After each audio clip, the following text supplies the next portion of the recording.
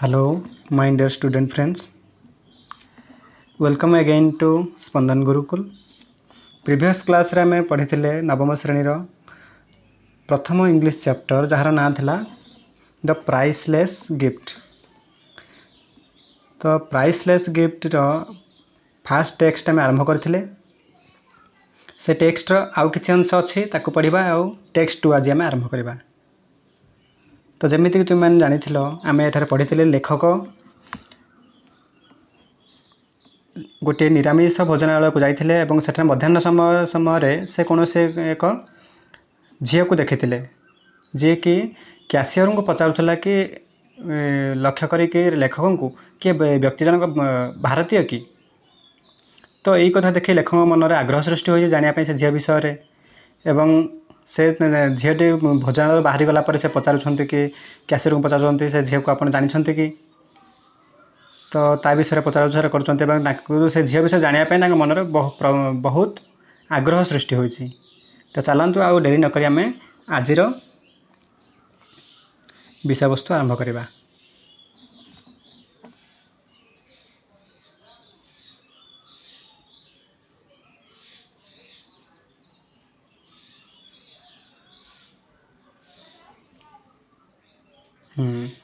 तो आम यही पर्यंत पढ़ी आज आम यू पढ़ा।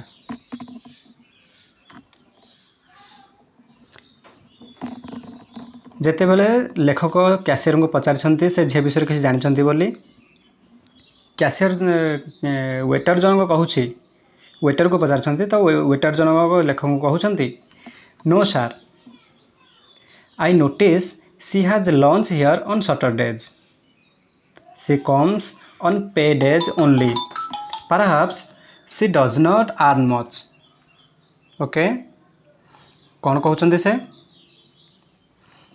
No sir I notice she has lunch here on Saturdays जार माने होछि ना आज्ञा ना महोदय आई नोटिस मु लक्ष्य करी सी हैज लंच हियर से सब बेले ये लंच करती केबे ऑन सैटरडेज शनिवार दिन गुड़िक से लंच करती।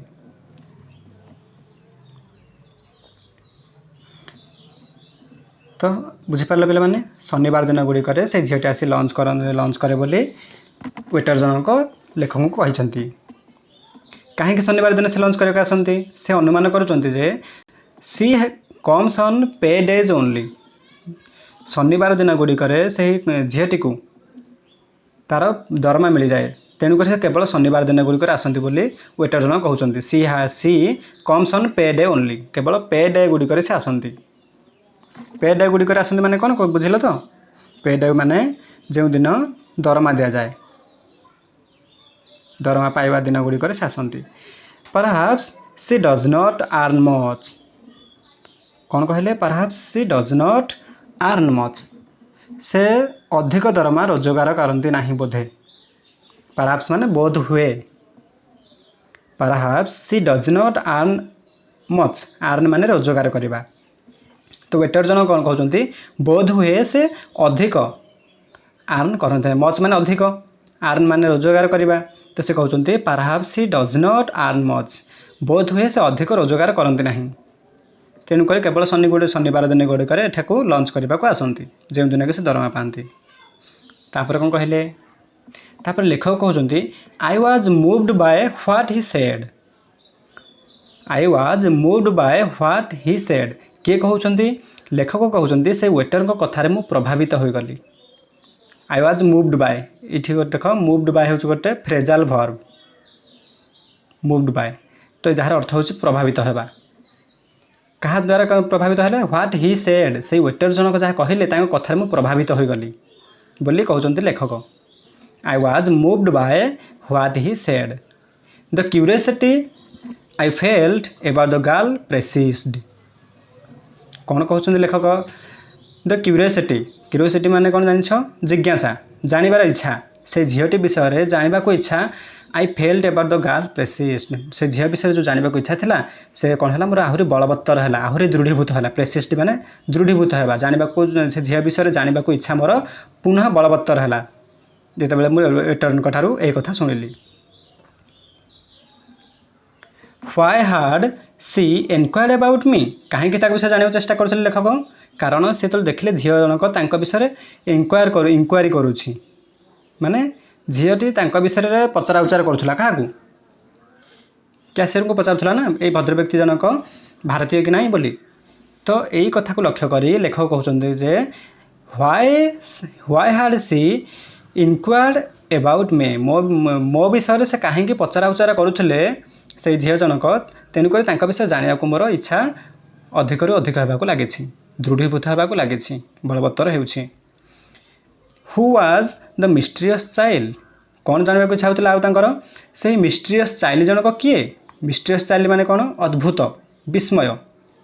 ସେଇ ବିସ୍ମୟ ବାଳିକା ଜଣକ କିଏ? ଝିଅ ଜଣକ କିଏ? ପିଲାଟି କିଏ? ଏଇଟା ମୋ ମନରେ ରହିଲା। I kept thinking of her poverty stricken sad anxious figure. କ'ଣ କହୁଛନ୍ତି ଲେଖକ? ସେ କହୁଛନ୍ତି ଯେ ସେହି ରହସ୍ୟମୟୀ ଝିଅଟି କିଏ? ଆଉ I kept thinking of her poverty stricken sad anxious figure, ତାମାନେ କ'ଣ ବୁଝୁଛ ପିଲାମାନେ? ପଭର୍ଟି ଷ୍ଟ୍ରାଇକେନ୍, ଏଇ ଶବ୍ଦଟିର ଅର୍ଥ ହେଉଛି ଦାରିଦ୍ର୍ୟ, ଦାରିଦ୍ର୍ୟ ପ୍ରପୀଡ଼ିତା। ସେହି ଦାରିଦ୍ର୍ୟ ପ୍ରପୀଡ଼ିତ ଝିଅ ବିଷୟରେ ଜାଣିବା ପାଇଁ, କ'ଣ ଜାଣିବା ପାଇଁ? ଆଂସିୟସ୍ ଫିଗର, ତା'ର ଦୁଃଖପୂର୍ଣ୍ଣ ଚେହେରା, ତା'ର ଦୁଃଖପୂର୍ଣ୍ଣ ଚେହେରାକୁ ମୁଁ କ'ଣ କରୁଥିଲି? ମୋ ମନରେ ବାରମ୍ବାର ଚିନ୍ତା କରୁଥିଲି, ଚିନ୍ତା କରି ଭାବି ଉଠୁଥିଲି। ଆଇ କେପ୍ଟ ଥିଙ୍କିଂ, ମୁଁ ତା ବିଷୟରେ ଚିନ୍ତା କରି ରହିଲି, ଉତ୍କଣ୍ଠାର ସହିତ ଚିନ୍ତା କରି ରହିଲି। କ'ଣ?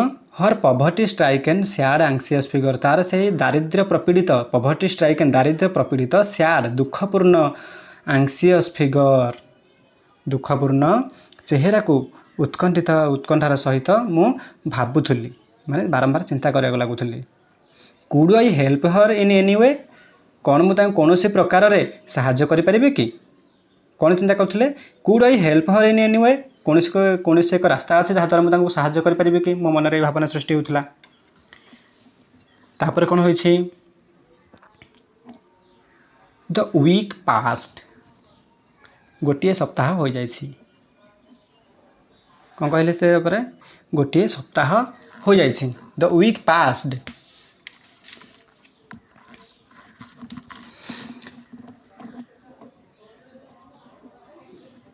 ଦ ୱିକ୍ ପାସ୍ଡ ସଟରଡେ କେମ୍ ଏଗେନ୍, ଗୋଟେ ସପ୍ତାହ ହୋଇଗଲା, ପୁଣି ଥରେ ସଟରଡେ ଆସିଲା। ୱିକ୍ ପାସ୍ଡ ମାନେ ଗୋଟେ ସପ୍ତାହ ହୋଇଗଲା, ତାପରେ କ'ଣ ହେଲା? ସଟରଡେ କମ୍ ଏଗେନ୍, ପୁଣି ଥରେ ସଟରଡେ ଆସିଲା, ପୁଣି ଥରେ ଶନିବାର ଆସିଲା। I went to the same restaurant, ମୁଁ ମଧ୍ୟ ସେଇ ସମାନ ରେଷ୍ଟୁରାଣ୍ଟକୁ ଗଲି, ସମାନ ଭୋଜନାଳୟକୁ ଗଲି, ସମାନ ଭୋଜନାଳୟକୁ ଗଲି ବୋଲି କହୁଛନ୍ତି ଲେଖକ। ଯେଉଁ ଭୋଜନାଳୟ ସେ ପୂର୍ବ ଶନିବାର ଦିନ ଯାଇଥିଲେ ଏବଂ ସେ ଝିଅକୁ ଭେଟିଥିଲେ, ପୁଣି ଥରେ ସେଇ ରେଷ୍ଟୁରାଣ୍ଟକୁ ସେ ଶନିବାର ଦିନ ଯାଇଛନ୍ତି। ଆଜ୍ ଆଇ ଏଣ୍ଟର୍ଡ, ଯେମିତି ମୁଁ ଏଣ୍ଟର କରିଛି, ଯେମିତି ମୁଁ ପ୍ରବେଶ କରିଛି, ଏଣ୍ଟର ମାନେ ପ୍ରବେଶ କରିବା, ଯେମିତି ମୁଁ ଏଣ୍ଟର କଲି, I saw her sitting at the same table as before, ଯେମିତି ମୁଁ ସେଇ ରୁମ୍ ଭିତରେ ପ୍ରବେଶ କଲି, ରେଷ୍ଟୁରାଣ୍ଟ ଭିତରେ ପ୍ରବେଶ କଲି, ଦେଖିଲି ସେ ଝିଅଟି ସେମିତି ଠିକ୍ ସେହି ଟେବୁଲରେ ବସି ରହିଛି, ସମାନ ଟେବୁଲରେ। Sitting at the same table, ସେହି ସମାନ ଟେବୁଲରେ ବସି ରହିବାର ମୁଁ ଦେଖିବାକୁ ପାଇଲି। ସି ୱାଜ୍ ଇଟିଂ, ଏଥର ସେ କ'ଣ ଦେଖିବାକୁ ପାଇଲେ? ଝିଅଟି ଖାଉଥିବାର ଦେଖିବାକୁ ପାଇଲେ। ସି ୱାଜ୍ ଇଟିଂ, ସେ ଖାଉଥିଲା। I went up to her, ମୁଁ ତା ପାଖକୁ ଗଲି। ୱେଣ୍ଟ ଅପ୍ ଅର୍ଥ ଯିବା। I went up to her, ତା ପାଖକୁ, ତା ନିକଟକୁ ମୁଁ ଗଲି। And took the chair opposite hers, ଆଉ କ'ଣ କଲି? ତା'ର ଅପୋଜିଟ୍ରେ ଥିବା ଚେୟାରକୁ ନେଲି, ମାନେ ତା ଅପୋଜିଟ୍ରେ ଥିବା ଚେୟାରରେ ମୁଁ ବସିଲି। I wished her a good afternoon and then making one of brief remark after another, କ'ଣ କହିଲେ? I wished her a good afternoon, ଲେଖକ ତାଙ୍କୁ ଗୁଡ୍ ଆଫ୍ଟରନୁନ୍ ୱିଶ୍ କଲେ, ମାନେ ଗୁଡ୍ ଆଫ୍ଟରନୁନ୍ ଜଣାଇଲେ। ଗୁଡ୍ ଆଫ୍ଟରନୁନ୍ ମାନେ ଶୁଭ ଅପରାହ୍ନ ଜଣାଇଲେ। ତାପରେ କ'ଣ କଲେ? And then making one brief remark after another, ତାପରେ କ'ଣ କଲେ ଲେଖକ? ମୁଁ ତାଙ୍କୁ ପ୍ରଥମେ ଗୁଡ୍ ଆଫ୍ଟରନୁନ୍ ଜଣାଇଲି, ଅର୍ଥାତ୍ ଶୁଭ ଅପରାହ୍ନ କହିଲି, ଏବଂ ତାପରେ making one brief remark about after अनादर तापर मु कौन कली किछि ब्रीफ माने संक्षिप्त रिमार्क माने मंतव्य संक्षिप्त मंतव्य देई तांको सहित कौन कली हाँ कहले कि then by making one brief remark माने बुझा चेष्टा कर वन ब्रीफ रिमार्क माने अर्थ गोटे छोटिया मंतव्य दे मुझे कौन कली after another I was able to start conversation तापर छोट रिमार्क माने कह गले कौन हो निज विषय से निज विषय परिचय देले जो फास्ट गुड आफ्टरनून कहले तापर छोट निज विषय कही किसी रिमार्क करी किसी छोट मंतव्य संक्षिप्त मंतव्य दे after another I was able to start conversation तापर मु कन्वर्सेशन करने को सक्षम होली कन्वर्सेशन माने कथबार्ता करने को तापर मु कथबार्ता आरंभ करने को सक्षम होली I was able to start conversation at last she asked शेषर से पचारिला से झीटी शेष में कौन कला पचारिला आर यू वन इंडियन कौन तुम्हें जने भारतीय झीटी कौन पचारा आर यू वन इंडियन तुम्हें कौन जने भारतीय कि my brother is in India आ कौन कहला मो भाई भारत रे अछंती my brother is in India मो भाई भारत रे अछंती ही इज ए सोल्जर से कौन से होचन जने सोल्जर माने सैनिक मो भाई कौन जने सैनिक जे कि भारत रे अछंती we have not had a letter from him for a long time कौन कहते से झील जनक we have not had a letter from him for a long time बहुत दिन होईगला long time for a long time माने बहुत दिन होईजिब आमे कौन करछु ताटारू गोटी हेले लेटर पाइनाहु वी हैव नॉट हैड आमे पाइनाहु ए लेटर फ्रॉम हिम तांको ठारू कोनोसी एक लेटर पाइनाहु केबे ठारू फॉर ए लॉन्ग टाइम बहुत दिन होईजिब तांको ठारू कोनोसी एक पत्र आसी नाही लेटर माने बुझि पारुछो चिट्ठी कोनोसी एक चिट्ठी पत्र आसी नाही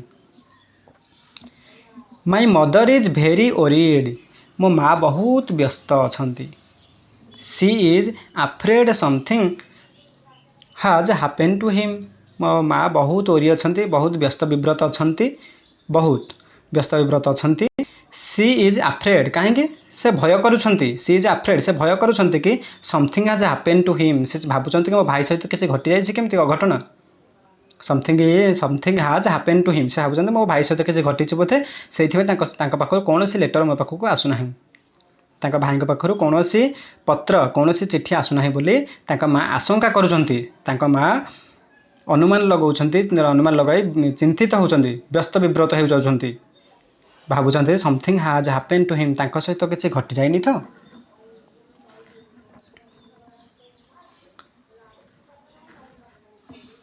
I learned that her only guardian was her brother तो राइटर ये कहते मुझे जापारे तार एकमात्र गार्डियन ये किए केवल तार भाई she lived with her old widowed mother mistress Bethy से कौन जाना पाइले से जाना पाइले तार गार्डियन हिसाब से कह गले केवल तार बड़ भाई ही होची तार गार्डियन तार भाई आ से क्या सहित रोचे से झीटी she lived with her old widowed mother mistress Bethy अब वर्तमान से झीटी सहित राइटर कथा होती से झीटी वर्तमान क्या सहित रोचे तार विधवा माँ विडोड मतलब अर्थ विधवा माँ सहित जहाँ ना हूँ मिस्ट्रेस बेथी सहित सी रोचे बोली जाना पाइले लेखक I understood how C felt मुझे बुझीपारी से कौन अनुभव करुले केते दुखरे से रोते से समय मत कह समय कथार आम जापारती कथार आम जापारती ना केते दुखर अच्छा के खुशी अच्छा जितेबाला से निजर अनुभूति बांटुंट झीटी तो निजर अनुभूति कहूँ निज भाई विषय जानवा चाहूँ भारतीय व्यक्ति लेखक ठारू तो से भारतीय आम जो लेखक सहित निजर कथबार्ता करुले कथबार्तार पूर्ण रूपे बारी हो जाता से केते दुखरे अच्छा से किपर अच्छा पूर्ण रूपे बारी हो जाता मुझे अनुभव करें आई अंडरस्टूड मु बुझीपारुली हाउ सी फेल्ड से किपरि अनुभव करुले I think she wanted me to see her mother but she did not have the courage to ask me to accompany her home. कौन बुझे पे मैंने एठू आई थिंक मु भाविली she wanted to I think माने मु भावुछि she wanted to sorry she wanted me to see her mother.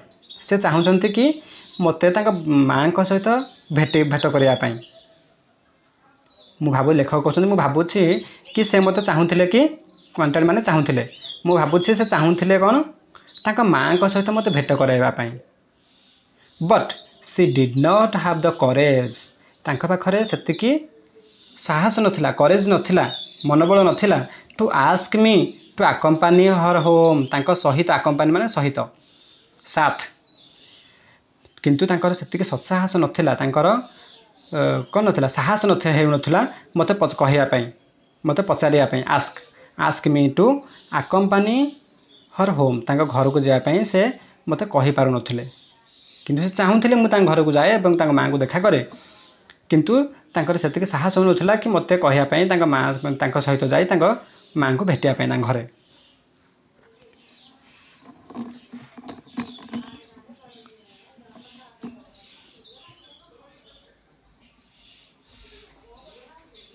तापर कौन देखले